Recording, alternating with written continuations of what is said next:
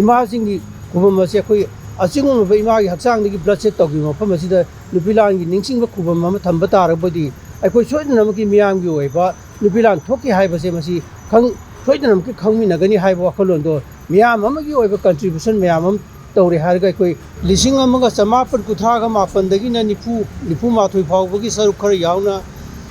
इमा थौना फबिसिंग अदुना नुपिलान हौगिबदो निंखा तमननबगिदमक्तनी हाइदना नुपिलान movement of Manipur a part of freedom movement नि हाइदना रिकॉग्निशन पिगिबा लाइबक थीबा अमना लिसिंग अमगा समापन उमरा तरुकी सेप्टेम्बर की तांग कोनिथोई की लेटर अमना रिकॉग्नाइज तौगिबा पोसक अदो कएदना हाइरखिबा अदुगुंबा अदुना वाखल ओइरेगा कोइना नुपिलान मेमोरियल एसोसिएशन मसी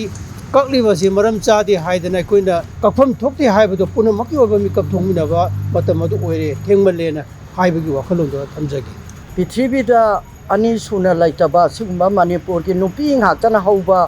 अदुगुंबा नुपीगी इहौ ब्रिटिश की मायोक्ता मखोइना लोइलम साथोन संतोकबा यारोय अदुगा मखोइना मिवत मिनै तौबा यारोय हाइदना हौरमबदुगा हौजिक लैरिबा मांगदा तारिबा सिगुंबा कुकीगी लानजिगा थौना फबा अदुगुंबा लमयानबिनी हाइबदो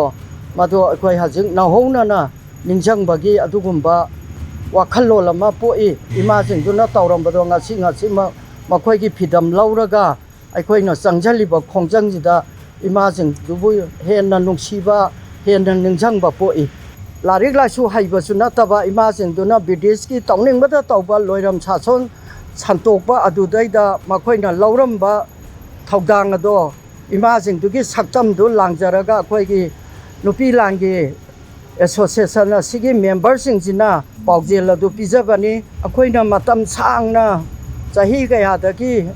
नुपी लांगी रोड थोनबियु हाइबदा ताबिरक्तबा गवर्नर ममांगदाइना पोरे खोंनांग खोंग फावबदा नुपीरा रोड अइना थोनबिरमबसिसु अखोइना यामना पालिबा सरकार जेबो थागतबा अमदि नुंगाइबा मतम सांगना पानबा वोइसनु हाइदना अखोइ एसोसिएशन की माइकैदगी यामना हरावबा नुंगाइबा फोंथोकसे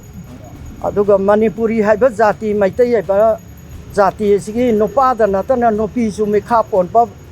यारोय पामदे हाइबसे मसे अखोइ लैरिबा मणिपुरी की नुपी खुदिंगमंगना ngasi imasingna tawramba se masi matau tamaga aikoina thawai phawba kathokadabani haiba se aikoigi manipur gi nupi singda aina message piningi